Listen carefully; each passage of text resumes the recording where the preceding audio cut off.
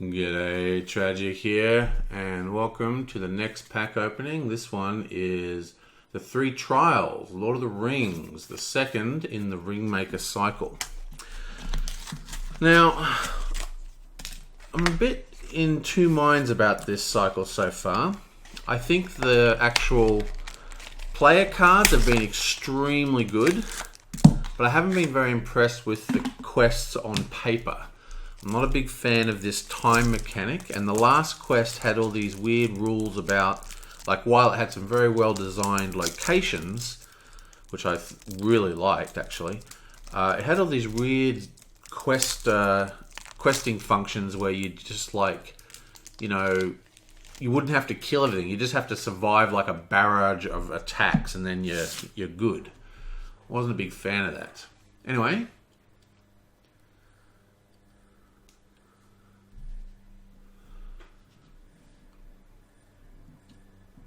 let's give this a go. So, we're starting off with a Spirit Hero. It's 11 cost Spirit Hero. That's quite expensive for a Spirit Hero. Better be good. 232. She is a Ranger. Now, I'm always on the lookout for things for my Ranger deck, so let's keep an eye on her. Response. After a location is explored, ready Adaran. Interesting. I'm not sure I like this effect. It is a 3 attack Spirit Hero, which is pretty good. But at 2 will, 2 defense, 4, I don't know. The problem with this ability is that it's so reliant on you having, not only do you have to have a location turn up, you have to have the location explorable. Now, some quests you're exploring every single turn. But in a lot of quests, you might not get a location for 3 or 4 pulls, In multiplayer, you're much more likely to always have locations coming up because you're drawing more cards. That's a point as well, I guess. Even so, she doesn't really infuse a lot of interest in me. There are definitely some quests that are heavy in locations where she'd be very, very good. And remember, explored locations are not necessarily traveled locations, but most of the effects that actually place progress tokens on things in the staging area do it en masse, which means that you'll trigger like a whole bunch of locations at once, not just one, which sort of wastes her effect. Yeah, she doesn't really instill me with much love. Who's next? Okay, so we have the Rivendell Scout, Secrecy 2, nice. And that's it. It's just a Secrecy 2. So it's a 0 drop for a 1/1. Basically, if you're paying 2 for this, it might be not good, but if you're paying 0 for it, it's fantastic. Still, I like little weenie decks. They definitely have their place. This would be a card that I would definitely consider if I was running Secrecy, but probably not in any other situation. Okay, what have you got here? Feigned Voices. Okay. Combat action. Return a civilian ally you control to your hand to choose an enemy engaged with a player. That enemy cannot attack the player this phase. Okay, well that's actually very cool. Not only is it a 0 cost, it's kind of like a feint, which is a really, really cool effect. But it also bounces a civilian character back into your hand, which of course usually have effects when they come into play. It triggers, going out of play effects like on that last hero we just saw, Emma or whatever from the expansion, so from the Voice of Isengard expansion. So yeah, this is a really good card. This is a combo enabler.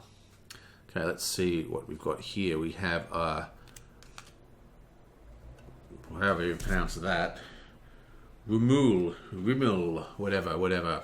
He is unique, by the way. He's a tactics, ranged, nice. After you play Rumul from your hand, choose an enemy engaged with the player. Deal X damage to that enemy, where X is the number of ranged characters you control. Well, that is an extremely strong card, especially if you, obviously, you build your deck to be range heavy. And Very, very strong. I mean, you can bounce it back into your hand with this. There's also Born Aloft. There's many ways to get it back into your hand. I mean, that is a great example of a triggerable combo-ish kind of card. It can come into play, do a lot of damage. It can even attack. You can bounce it out of play again, put it back down, triggering out of play effects. Very, very cool card. I like that a lot. It is a little expensive at 4, but, resources aren't really a problem. It's more about finding room in your deck for the resource gen as well as all the cards you want is actually the hard bit. Hint, always go for resource gen. It doesn't matter how good your cards are if you can't play them. Okay, Elven Male. Attached to Noldor or Sylvian character. Now this is important. This is something that's only just been coming recently. Usually attachments were always attached to hero, but many of them now say attached to character, which means they can actually go on your allies. And while myself included, a lot of people have an idea of allies being transient. You don't want to load them up with expensive attachments because they're going to die. It's kind of their job is to die. But on the other hand, there are some really powerful characters you might not, that might be around for the whole game. Especially like there's a Glorfindel, I think it is. Glorfindel, that was the elf I was trying to think about when I was doing the last pack, not Celeborn. Anyway, whatever. Glorfindel is, that's a very, very powerful character. It's got huge questing ability. It's got great defense, like 3 defense. There are allies that you do want to stick around. There's also a lot of allies that do damage to heroes, like the Gondorian Spearman, right? You tap it and it does 1 damage to the incoming creature. And then there's, I think it's Spear of Gondor, which can go on it, which adds another damage. So every time you tap it, it's doing 2 damage. I don't think you can actually stack. I don't think you can have more than 1 Spear of Gondor on a single character. But my point is, attachments can go on characters now. Pay attention. Pay attention to that. Okay, attached character gets +2 hit points and gains Sentinel. Okay. +2 hit points doesn't really interest me a lot. I mean, like I said, usually you plan for your guys to die. And Sentinel doesn't really interest me a lot either because it is, it's, you need to play a lot of multiplayer and I mainly play solo. Still, the +2 hit points is important. Often when you're designing quest decks, or when I'm designing quest decks, I often look at the direct damage that come from treachery cards. If you're going to accidentally get, +1 damage to all your allies or every tapped ally, you want to try and aim to always have allies that have at least 2 or 3 health. You know what I mean? I did a quest recently, I can't remember what it was, that basically everyone had to have 3 health at all times. Otherwise, they're at risk of having your board wiped. So this is a way that you could get like a really good utility card, because the better the utility, usually the lower health they have. But pump it up so it's a little bit safer. So that's actually pretty cool. Okay. Grey Flood Wanderer. This is another scout. It's a 3/2/1/0/2. When you may give Grey Flood. Oh my god. You may give Grey Flood Doom 2 when you play it from your hand. If you do, it gains response after you play Grey Flood. Place 1 progress token on each location in play. Well, that's an extremely strong card, isn't it? It does have a Doom 2, which is pretty nasty, but even so, placing 1 progress on every single location, I mean, that is bonkers. Especially if you're running, Northern Tracker. Okay, what have we got next? Warden of Annor. Attached to a scout hero. Interesting. While attached character is committed to the quest, place 1 progress token on the first location revealed by the encounter deck each round. Interesting. I like this. It does have the unique symbol, so you can't stack it. This is actually the kind of card I enjoy. But unfortunately, there isn't a lot of room in your decks for cards like this. I mean, there are so many. I mean, look how good this card is compared to this card. This is the kind of card which is like, yeah, it's not bad, it's not good, but when you're trying to thin your deck down to 50, you're just going to go, well, actually, who cares about this? I'm just not going to use it. So, yeah, I don't think that's a particularly good card. Okay, what's next? Ooh, some lore. Choose a player. That player may choose one card from his hand and add it to another player's hand. At the end of the round, if the chosen card is in that player's hand or in play, shuffle it into its owner's deck. Okay, so this is a card that's completely unusable for solo players, and it's only usable if you have similar spheres running in different players' decks. So if you're playing, two-handed, you need a way for the card to be cast. Now there's a lot of neutral cards, there's a lot of songs and ways to attach, icons. But in general, I think that this is probably a card, again, that you'd have to really find a good use for it. Or it depends. If you're already have similar spheres in your multiplayer decks, then obviously it's actually a no-brainer. But to force multiple spheres in your single player deck, in your decks, I don't know. And the fact that it cannot be used at all in solo, meh. That's a big meh. MEH for that one. Okay, what have we got next? Yunk. Noiseless movement. Nice. Choose an enemy in the staging area. That enemy does not make engagement checks for this round. Then, if your threat is 20 or less, and this is the first time you played a copy of Noiseless Movement this round, return this card to your hand instead of discarding it. Okay, I like that a lot. I like that a lot. I love the art too, like all the sleeping wolves. He's kind of sneaking past the sleeping wolves. How awesome is that? It reminds me, I forgot to do my favorite card art and everything in the last pack. Whatever. Okay.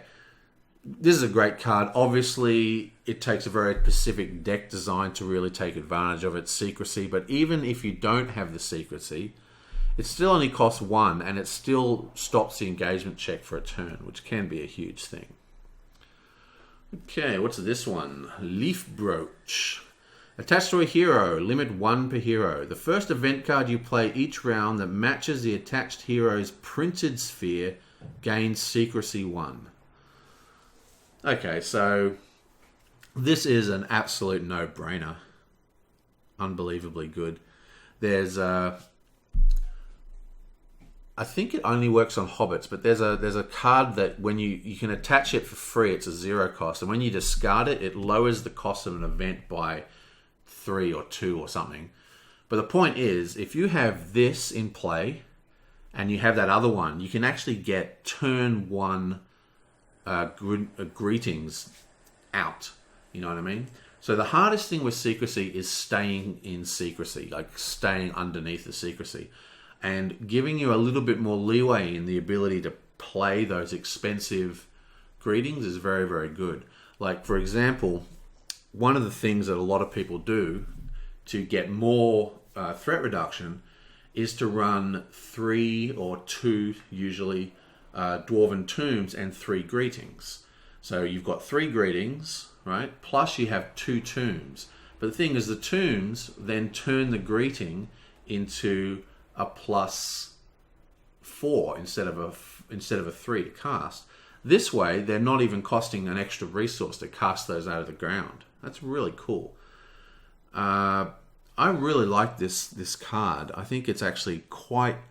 This is the kind of card that doesn't seem very powerful, but when you play it, just the extra smoothing on your resources makes a huge difference. Being able to, especially for something as specific as secrecy, where you're trying to keep under this value. A card that just makes it a little bit easier to cast those threat reduction cards. It's going to make a huge difference to that deck, because the deck functions, obviously, because it's a secrecy deck. If it's not secret, the deck doesn't function nearly as well. So I think this is a great card, and one that I don't know, it doesn't look fantastic at first blush, but I think that when I test this card in actual decks, my gut is telling me that I'm going to find that the resource smoothing is going to make the entire secrecy concept for a deck work better. Okay, let's try the next one. Ba-bump. Yeah, bump. Oh, is that it? Oh, yeah, that's it. It's the neutral card. Yeah. Okay, so that's the end of that. Well, I think there's a couple of hit and misses in this thing. I definitely like the secrecy stuff, and I really like this one here, actually, that gives us the sort of feint. It's like a feint inside the leadership sphere. But I wasn't very impressed with that hero. I mean, I'll give her a try, but meh. She's a big meh. Okay, now we have the actual quest cards. Ooh, and there's a whole heap of them this time. Okay. Ooh, a whole bunch of 2s. Interesting. This might be a bit reminiscent of that great Khazad-dûm one I like. Okay, the trials begin. The 3 trials. At the edge of the cursed forest, the boar shaman explains that you must undertake 3 trials in order to recover the antlered crown, or face death. Each trial will test your worthiness. Guardian spirits watch over 3 sacred swords, protecting them from the undeserving. Beg your pardon. Okay, set aside all 3 guardian enemies, all 3 key objectives, and all 3 barrow locations and hallowed circle. Okay, so there's a whole bunch of stuff to get rid of. Let's have a look here. Guardian. Okay, so there's 3 guardians. They're all 50 threat each. And well, slightly different. Let's have a quick look at them. We have the boar guardian. Cannot have non-key attachments. Time 2 force. After the last time counter is removed from the boar guardian, the engaged player must discard an ally he controls and then place 2 more time targets. Okay, that's cool. So he's got an instant destroy effect. It takes a while for his cooldown to come down and then he can cast his spell again. That's very, very cool. Actually, that's actually the best use of the time effect that I've seen in the game so far. Okay, next. 253. Ooh, he's not as hard to kill, but there's a bit more attack to him. He's the Wolf Guardian. Pretty much the same deal. He cannot have any other attachments but keys. After the last counter is removed from the Wolf Guardian, it makes an immediate attack against the engaged player. Okay, so he's much easier to deal with than the Boar Guardian, I think. While he does have extra attack, he's not actually discarding things. I mean, if you get your defense up, you're not going to have any real problems versus this guy. Okay, I like this guy a lot. Ooh, I like these Guardian things. You know what this reminds me of? In the Shadow Sphere, I think it's the Shadow Sphere, which is one of my favorite quests that has been produced in the game. You had all these different kind of criminal overlords that you sort of randomly faced. Like you, maybe this is a similar thing. Anyway, the Raven's Guardian. Time 4 force. After the last time counter is removed from the Raven's Guardian, deal 1 damage to each character controlled by the engaged player. Okay. I still think that's not quite as bad as the first Guardian. The Boar Guardian that actually fully discards an ally is probably the worst, but that is my favorite use of the time effect so far, and the art in this particular pack has just been off the chain so far. I mean, look at that. That is so good. Okay, so we also have a whole bunch of these keys that we put out of play. Let's have a look at these as well. Key of the Boar. If unattached, the first player must claim the Key of the Boar and attach to a hero he controls. If the Key of the Boar is discarded, add it to the staging area. Shadow. Shuffle the Key of the Boar back into the encounter deck. Okay. So it doesn't... I guess the cannot have non-key attachments clause is just so in case this comes out guarded. But that actually comes out like that, not like that. So I don't know, whatever. It doesn't seem like there's a way to get the key onto the Boar Guardian. Maybe there is. We'll find out soon enough, I think. Okay. Key of the Wolf. Basically the exact same deal. Shadow. Shuffle Key of the Wolf back in. So if it comes out as a shadow, you just reshuffle it in. So it's always possible to come out. And then Key of the Raven is once again exactly the same. So all these do is that if they come out, you have to attach them to your heroes, and there's different functions for shuffling them back in if they come out as shadow effects, and if they're ever lost, they go straight up to the encounter, the staging area for reacquisition. So that's pretty easy. And 3 Barrows locations. So 1, 2, 3. Okay, so the 3 Barrows locations also need to be set aside. A lot of setup for this particular quest. Barrows, Forest Hills. Force. When a guardian enemy attacks, deal it 1 additional shadow card.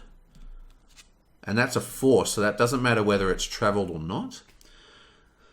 The players as a group cannot have more than 5 allies in play. If there are more than 5 allies in play, discard until there's only 5. Okay, well that won't affect solo players that much, but it will affect some decks, like the Outlands deck. But, yeah, that's actually a pretty cool card. Forced. After the Guardian attacks, raise each player's threat by X, where X is the enemy's will. After a Guardian attacks, the enemy's threat is 50. No, it's this one here. 3, 2, and 1. Whew. Confusing myself for a bit there. Okay, so that's all the cards that get set, and they just get set completely out of play. And that's the end of 1A. Yoink. And now we're at 1B. Okay. 3 ancient barrows mark the locations for the trials. Each are the resting place of a different guardian spirit. The Boar clan wait at the forest edge for any sign of your victory or your death. Your only option is to press onward, heading towards the site of one of the 3 trials. When reveals, the players advance to stage 2A quest of their choice. Okay, so that's actually very unusual. Basically, all this card is doing is the setup. So you just set it up, and then all you need to do then is select 2A of your choice. And one would be the Boar, one would be the Raven, and one will be, whatever. So let's have a look at the strength trial.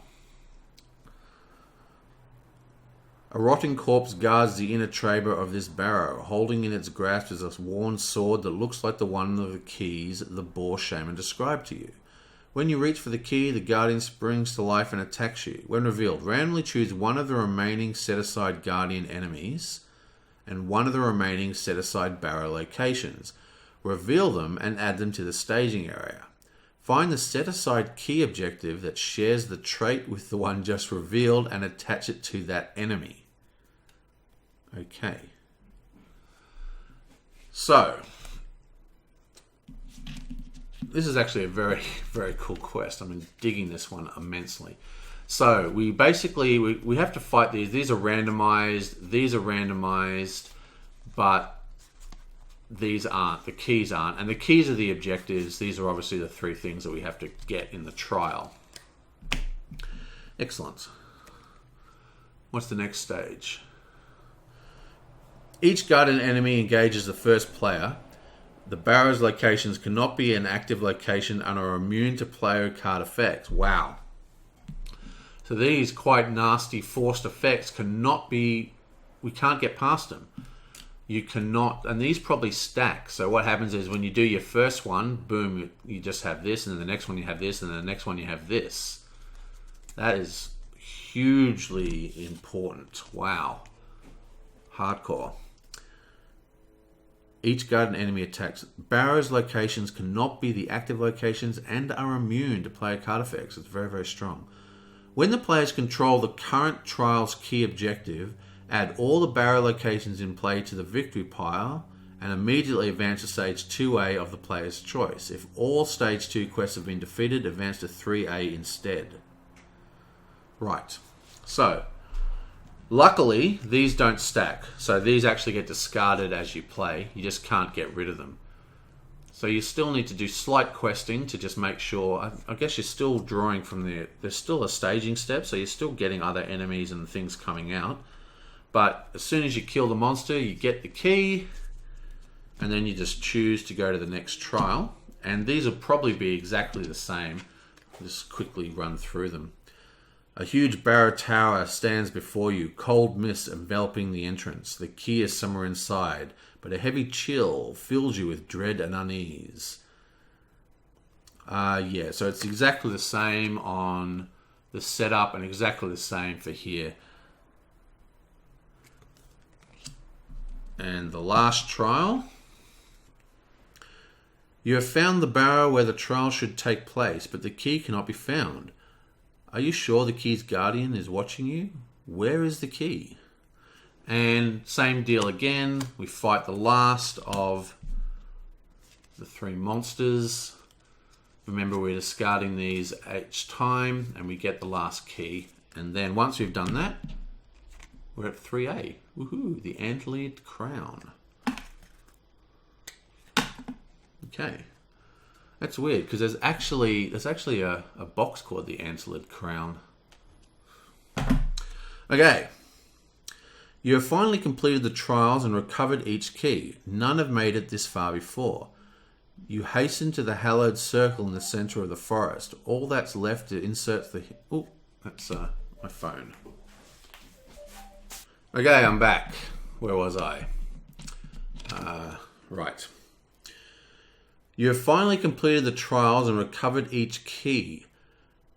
None have made it this far before. You hasten to the hallowed circle in the center of the forest. All that's left is to insert the hilts of these swords into the marked stone the shaman described, and the antlered crown will be yours. As you advance, a thick fog gathers around you, and growing dread tugs at your mind.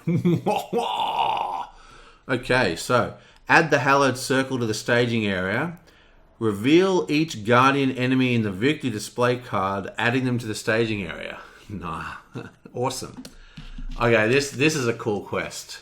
I'm into this quest. This is the best quest so far by miles out of the, what is it? This is the 1, 2, 3, 4, 5. This is the 6th quest, and this is the best one so far, without a doubt.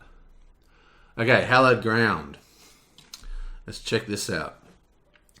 Immune to player card effects. X is the number of players in the game. Okay, that's pretty easy for solo players. Travel. The players must exhaust 3 key objectives. Okay, not a hassle. After the players travel here, each engaged guardian enemy makes an immediate attack. Interesting.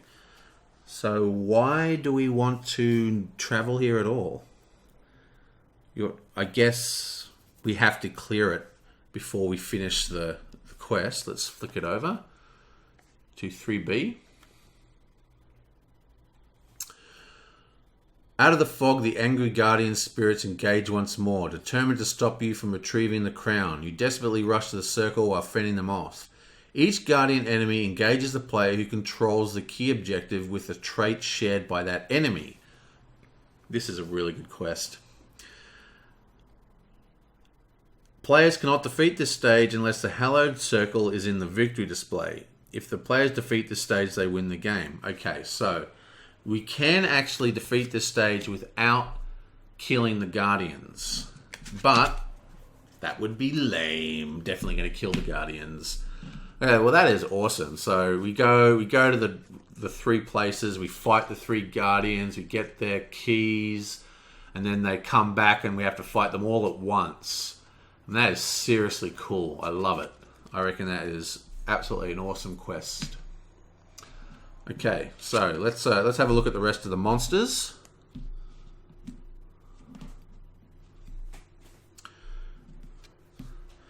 Spirit of the Wild. Cannot have attachment. Spirit of the Wild gets +1 threat, +1 attack for each key objective the players control.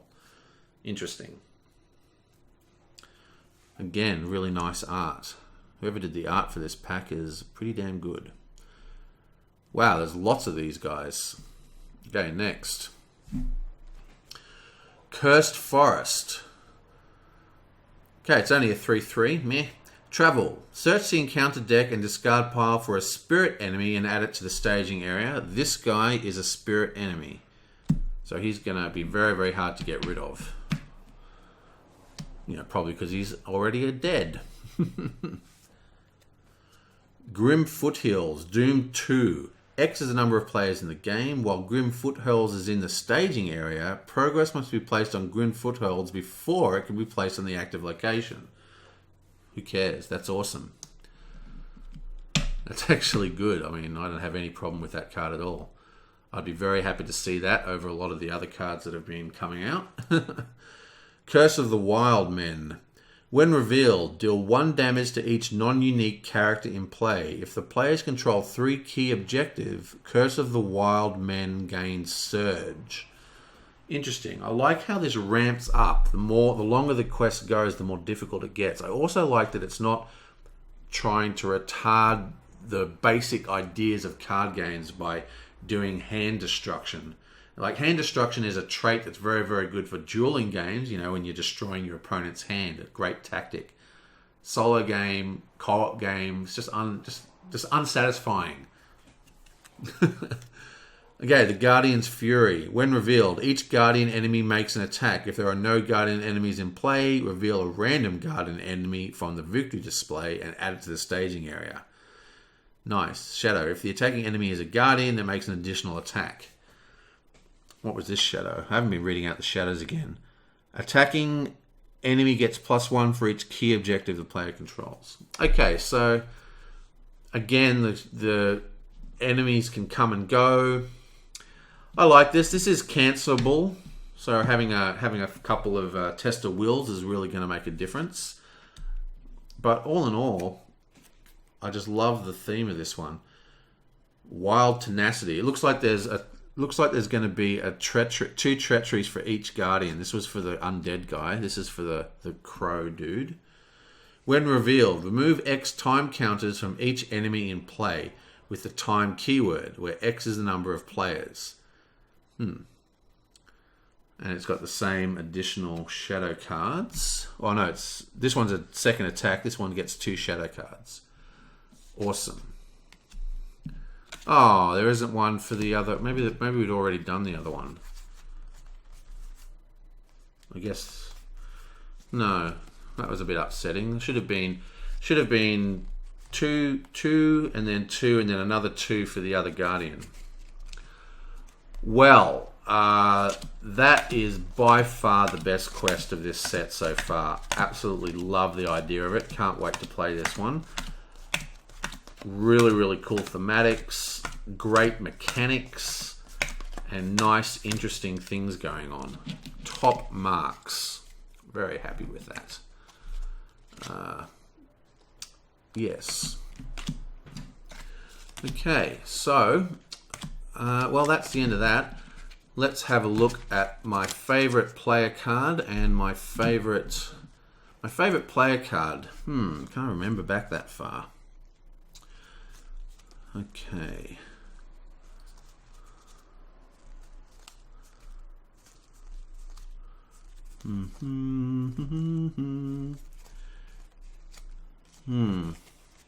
So actually some pretty decent cards in here, but I actually think my favorite one is going to be this guy here. No, not this one. Where's the one that...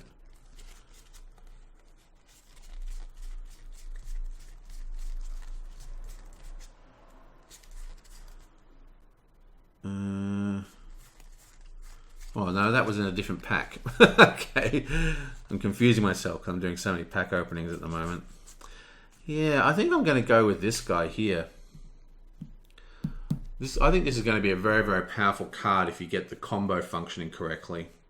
I know it's expensive, but even so, playing this, bouncing it, putting it into play, triggering in and out of play effects, I think that's very, very strong. I think my favorite art for the player card is probably... actually, this one's really good as well. There's some really good... I don't know.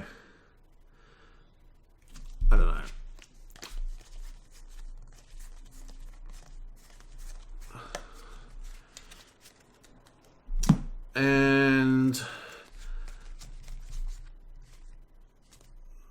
I just can't go past this for my favorite art. It's just an awesome. You can't not like Undead. Undead are awesome.